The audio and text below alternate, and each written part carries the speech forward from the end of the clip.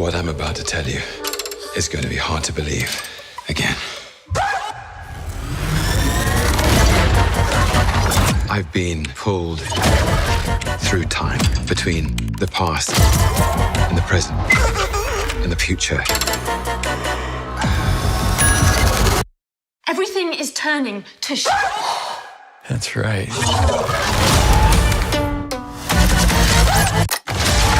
Don't overthink it. Round, around, and around we go. All right. Again.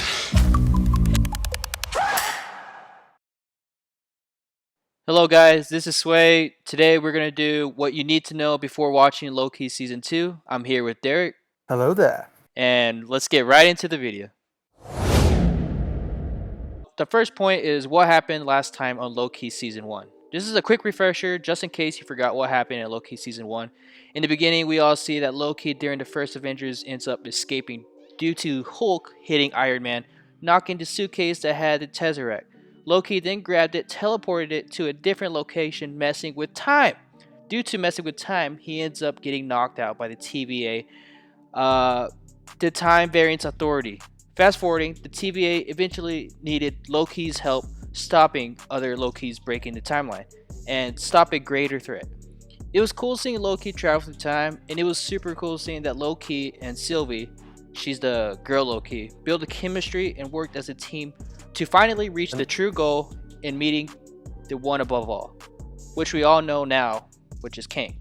Sylvie ends up killing Kang, which means the multiverse and timeline go absolutely bonkers. Loki gets sent back to a random TVA. We don't know what happened to Sylvie, and most importantly, the one above all is dead, which means many other variants of Kang will come forth and most likely cause mayhem to the multiverse. Loki and Sylvie also made out. They were kind of boyfriend and girlfriend.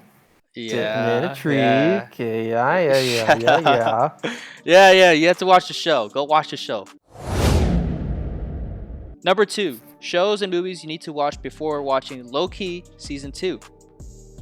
So Thor 2. Thor Ragnarok, Avengers 1, Avengers Infinity War, Avengers Endgame. Do you really have to watch Avengers Endgame for Loki? I guess just to see how he got to the TVA. Oh, yes, okay. So yeah, That happened in Endgame. okay. And then of course Loki Season 1, and I believe that's pretty much it. So the third point that I'll be talking about has to do with the MCU's new Thanos, essentially. His name is Kang the Conqueror. He Who Remains, who Sylvie killed at the end of Season 1, was essentially like the purest and goodest version of Kang. And that's saying a lot considering He Who Remains was kind of a narcissistic ass, keeping tab or controlling the whole entire freaking timeline. Kang the Conqueror is a time-traveling warlord. He's a time-traveling entity. His real name in the comics is Nathaniel Richards. Nathaniel Richards is a descendant to Reed Richards, who you all know as Mr. Fantastic from the Fantastic Four.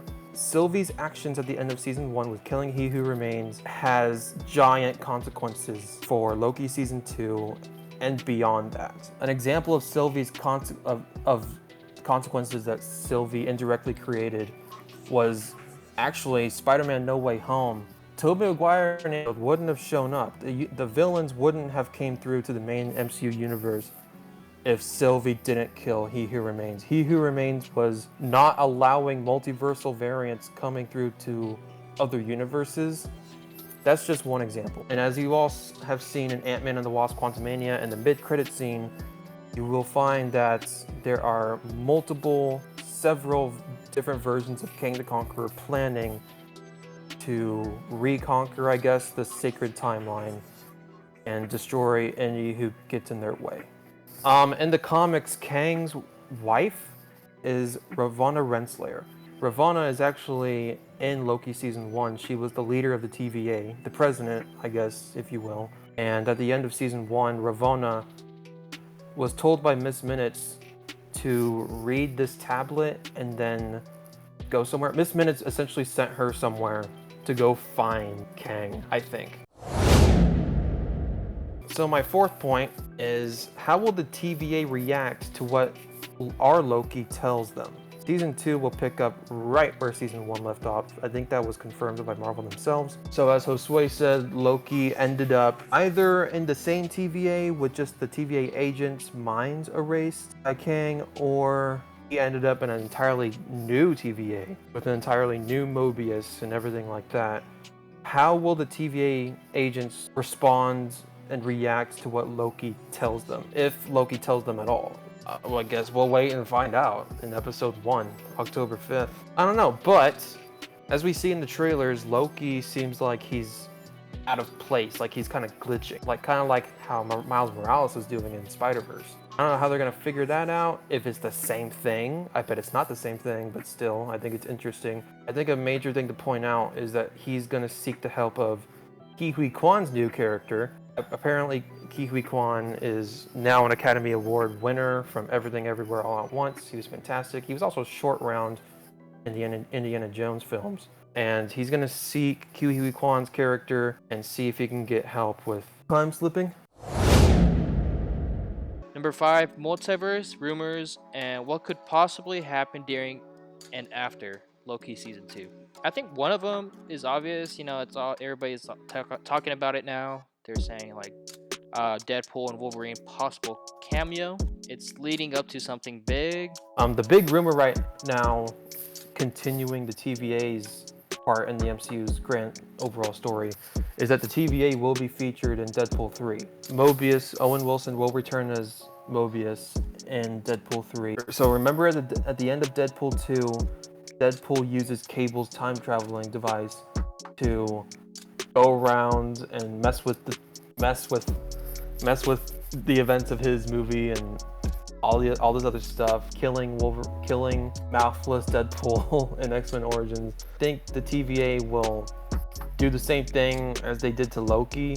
They'll arrest him and bring him into the TVA. I don't know what's gonna happen after that. But yeah, who knew that the Loki show would be the most important, in the grand scheme of things, overall most important thing the MCU's come out with before these Avengers movies. Exactly. They're saying something about Battle World. What does that mean? Could we see Battle World? The Secret Wars thing. Exactly. That's what I'm saying, dude.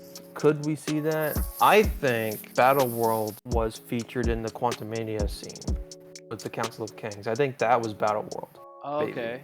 But do you think we might see that again, like even a short cameo for all the kings? That's a big possibility. Yes, I think we might actually kind of see the Council of Kings again.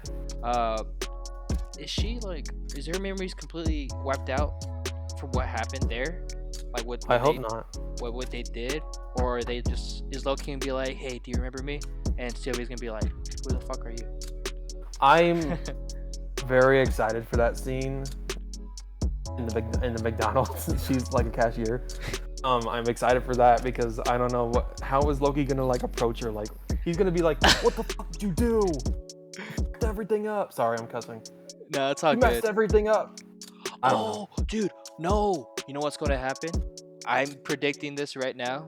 Loki's gonna touch her, her head, and she's gonna remember everything. But why would her memory be erased? Because she probably died from the Council of Kings. Dude, I don't know. Maybe that Sylvie's still alive.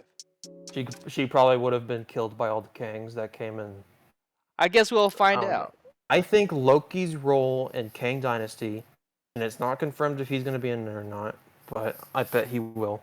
When Loki shows up in the Avengers that Kang is coming, I think he's going to play the role of kind of like how Ant-Man played a role in Endgame. Ant-Man came to them with a solution to solve the Thanos thing. I think Loki's going to come to the Avengers to solve the Kang problem.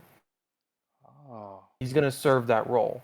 The finale for Loki Season 2 literally comes out the day before the Marvels releases. I think it's November 9th and then November 10th. They're back to back. I think the Marvels might have like a lot of connection to Loki season 2, and the Marvels might feature something about Kang.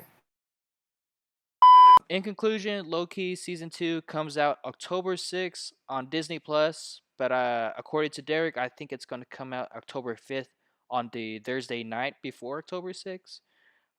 It's going to be 6 episodes, probably around at least 30 to 40 minutes each. I cannot wait, and Loki season 1 left me hanging and wanting more episodes. I can only imagine how good Loki season 2 is going to be. Hopefully, this show is a banger because speaking for all the Marvel fans, we need to revive the MCU. Any last words, Derek? Okay. Thank you very much. Thanks for watching. Peace. Bye. I don't want none of your love. No, I'll be alright by myself.